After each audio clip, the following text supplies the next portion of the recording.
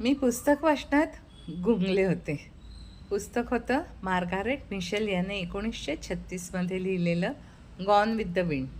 खूप खूप वर्षापूर्वी वाचलेलं हे पुस्तक.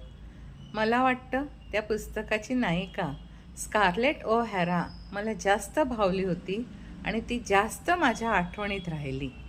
माझ्या लक्षात राहिलेली स्कारलेट म्हणजे एक व्हेरी स्ट्रॉंग वुमन. समोर कितीही प्रॉब्लेम आली तरी ती न डगबगता सामोरी जायची.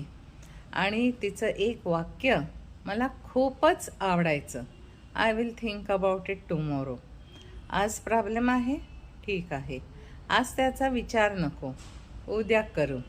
ती स्वतःचे निर्णय स्वतः घ्यायची, कोणत्याही पुरुषावर अवलंबून नव्हती. या पुस्तकाने मला इतकं भारावून टाकलं होतं की मी ते ऑफिसमध्ये सुद्धा वाचत होते, फाईलच्या आत दडवून. जसं मी कॉलेजमध्ये असताना मिल्स अँड बूनची पुस्तकं टेक्स्टबुक्समध्ये लपवून वाचायची.